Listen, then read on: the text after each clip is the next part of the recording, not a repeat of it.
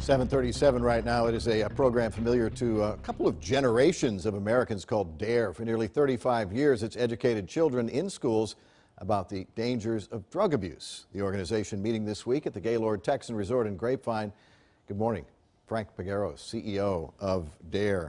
How has this organization changed over the years? Back in the day, back in the beginnings, it was basically a police officer goes in and kind of lectures the kids, a little finger wagging about don't do drugs. It's become a little more sophisticated than that. I'm sorry, I'm having... Frank, you hearing me okay? Hold on 1 second, please. Oh, little technology here biting us. How has it changed? All right. Frank, you hearing me okay? I'm not hearing anything.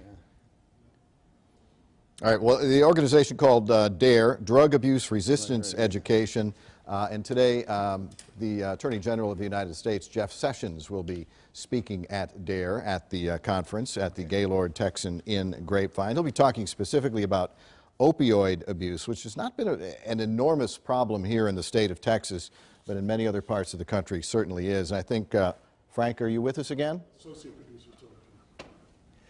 Yes, I am. Okay, sorry about that little technical problem there. How has the organization changed over the years? It began pretty much as a uniformed police officer standing up in front of a room full of kids and saying, don't use drugs, but it's become quite a bit different from that.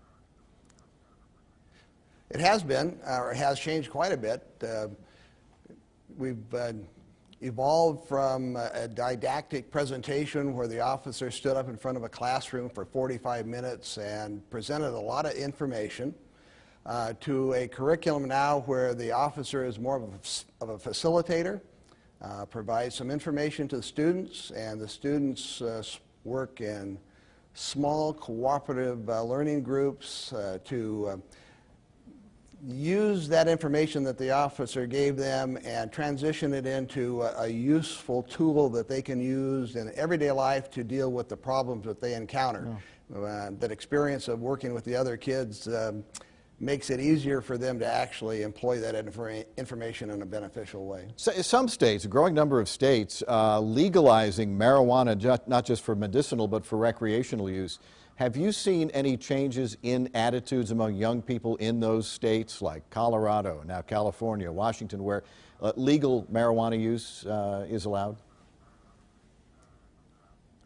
The availability of the substance certainly reduces the perception of harm, which leads to possibly greater use by people, but we're also seeing that communities are recognizing that this is an opportunity for more prevention efforts. They recognize that the reduction in harm and the presence of the substance is going to lead to more use, and they're seeing the necessity to prepare their children to deal with this in an appropriate fashion.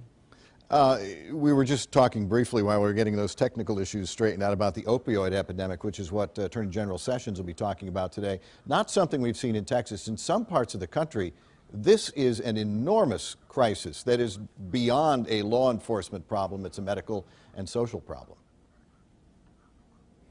It has become that. As a matter of fact, it's interesting. As you travel around the country, it's so bad that so many sections of the country feel that they're the epicenter of this abuse problem.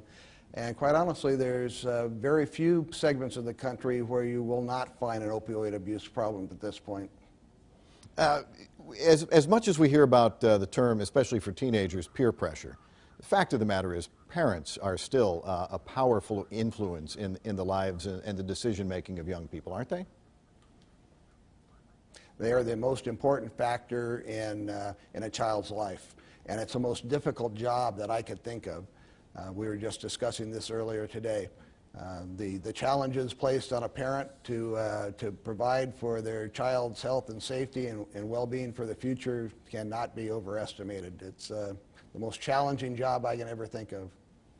Absolutely, and never tougher than it is these days. We appreciate everything that you and the organization have done over the years, D.A.R.E., and there are resources for parents and families that you have put together, and we have a link to those on fox4news.com. Thanks so much for joining us today. Thank you so much. I appreciate it. Take care.